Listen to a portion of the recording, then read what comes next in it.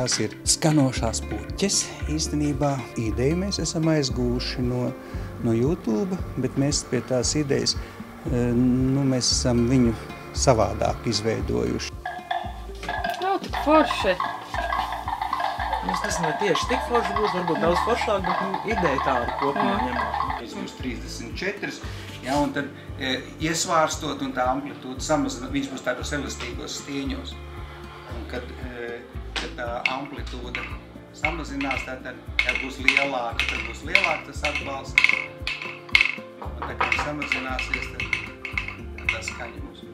Mēs cenšamies arī iesaistīt skolniekus, ja, lai viņi jau būs tie lietotāji, varbūt mēs iesim un arī katrā ziņā pilsētā tas būs kāds interesants objekts, ja, kurā būs šīs skaņosās puķes.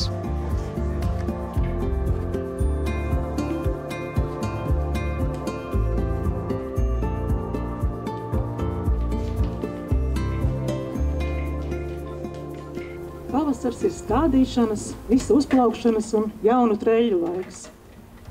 Un pirms dažiem gadiem Talsos tappa Talsu pakalnu loku dzīvināšanas plāns.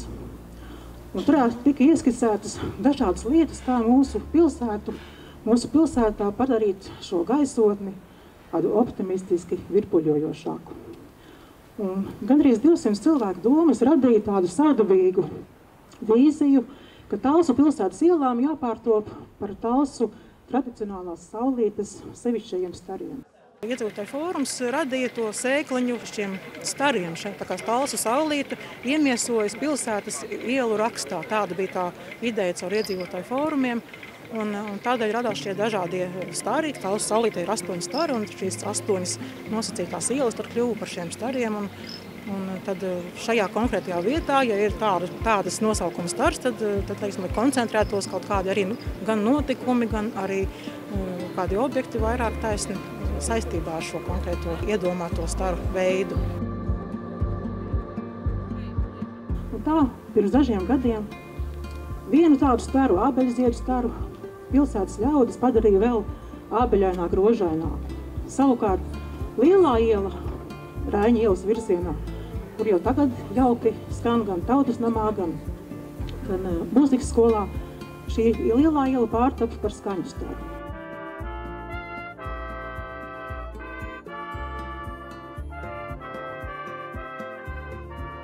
Bet tas, ka Talsos ir šie virzieni, nebūtu nenozīmē, ka šie virzieni ar notikumiem un lietām būtu jāpiepilda tikai un vienīgi pašvaldībai. Ik viens no mums var līdzdarboties, var uzdrīkstēties, radīt kaut nelielu kripatiņu sev un pilsētai par prieku un galu galā pierādot un parādot savu mīļumu pret šo tik ļoti ainaviski burvīgo vietu. Un darot tieši to, kas katram no mums arī varbūt labāk izdodas un kas labāk patīk, un tas var būt gan labs padoms, gan čaklas rokas. Galvenais, lai tas ir kaut kas tāds, ko var padarīt visi kopā. Un tā, pirms 3 gadiem man kā pilsētas iedzīvotājiem radās ideja izdot grāmatu. Tā bija grāmata par 20 gadus atpakaļ seniem notikumiem, kad ilgus mēnešus mācījos tālu no mājām Rotterdamā.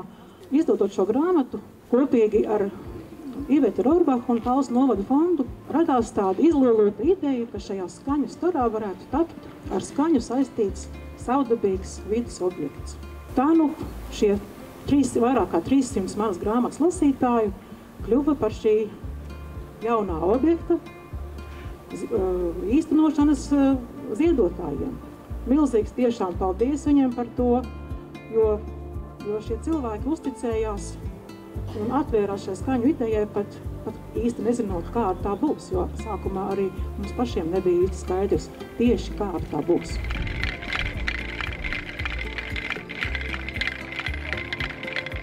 Tā doma bija, lai tas būtu ar skaņu saistīts objekts, bet lai nebūtu tā, ka viņš skanētu uzmācīgi no rīta līdz vakaram un traucētu apkārtējiem cilvēkiem dzīvot, bet tikai tajā brīdī, kad kā cilvēks pienāk klāt un viņu saudzīgi iešūpo, tad arī rodās šī skaņa. Man ļoti patīk. Jo tiešām visu laiku vēl bija tādas tāda nedrošība un neziņa īsti, vai tiešām izdosies tieši tā kā iecerēts, jo tur tik tiešām bija visu laiku arī eksperimenti un tādi prototipu veidošana. Nemaz uzreiz neizdevās jau ar pirmo gājienu, bet beigās es domāju, ka ir iznācis tiešām jauki.